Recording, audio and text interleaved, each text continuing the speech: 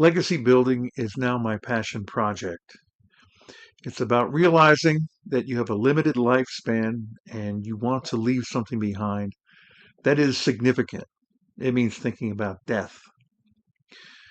In my undergraduate years, in preparation for medical school, I took an elective on thanatology, or the study of death, and one of the projects involved going to a local funeral home and pricing the typical funeral.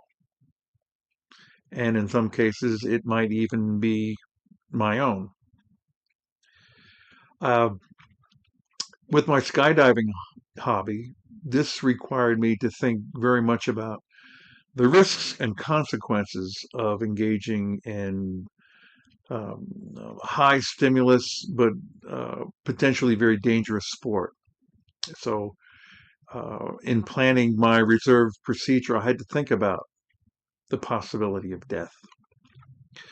While in medical school, I had a conversation with a psychiatry resident who suggested that perhaps I had a quote unquote death wish. I can't accept this. I believe you have to be engaged in life to live very actively, while at the same time understanding the risks and being responsible for your behavior. For legacy building, I came across a great book which I highly recommend. It's called The Good Ancestor: A Radical Prescription for Long-Term Thinking by Roman Krasnarek. It's a practical as well as philosophical manifesto urging humanity to perform a radical shift from short-term thinking to one embracing long-term responsibility and intergenerational justice. Krasnarek calls this cathedral thinking to express the idea of long-term planning. Cathedrals were built, or at least the plan was to begin construction, understanding that it wouldn't be until many generations later that the project could be completed. And the people involved with the planning and the building probably would not, most definitely would not be alive to see the finish, but the whole idea would be later generations would benefit from their efforts. Another concept that Krasnarek presents is deep time humility.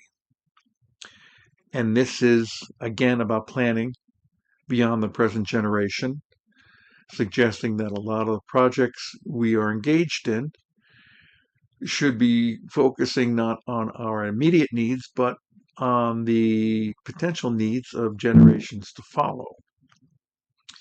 He also talks about holistic forecasting, which is embracing uncertainty, realizing that some of the things that we might accept now, some of the certainties might not exist in the future, decades from now. So there has to be some sort of flexibility in thinking about what could happen, what needs to be planned for various eventualities. And then he talks about global agreements.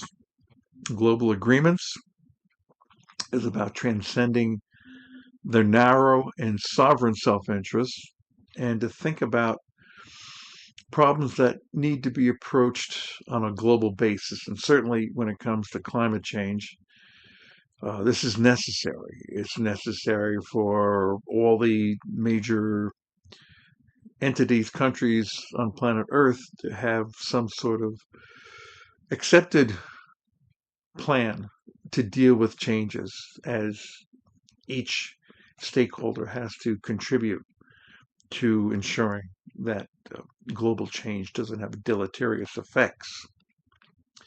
I'd like to include another book, Ali Abdaal's Feel Good Productivity, which I'll be reviewing in a subsequent video.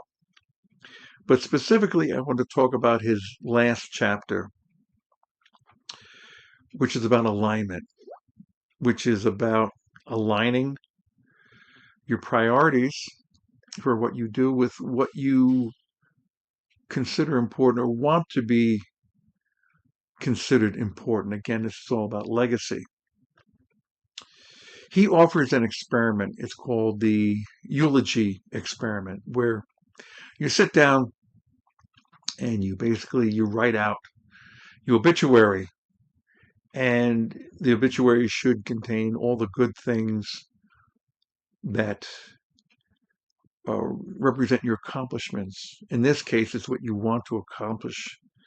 And by doing this, you clarify, crystallize in your mind what it is that you want to achieve as a long lasting legacy before your demise. I found this very inspirational, very useful. In summary, legacy building is really important when you think about adding purpose to your life, to determine what meaningful actions you can have upon waking every day instead of just thinking about wealth and health, um, socializing. It's about seeking deeper meaning as something that you want to be recognized for, something you want to leave, and most importantly, something that hopefully others will benefit by your efforts. In this video, as with all my videos, I'm going to end with a quote that I think is meaningful. And in this case, it's a quote from Canada's Prime Minister, Mark Carney. And certainly Canada is going through a lot as far as trade relations with a certain major superpower. And he says, if you don't have a seat at the table, you wind up being on the menu.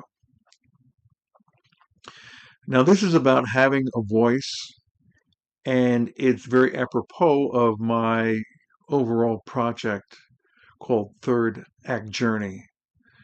It's about gaining agency in all your dealings with bureaucracies and other challenges by having a voice that's assured, that's heard, and that adequately represents your needs and the direction you want to follow. So this whole idea of achieving a voice, a strong voice, is very much what I want to examine with my subsequent videos. So I hope you see the value in this video, and you can appreciate the direction I'm going in. I hope you will like this video, perhaps subscribe, and follow me on this journey, which I think will be very beneficial for not only the 50 plus age group, but people of all ages.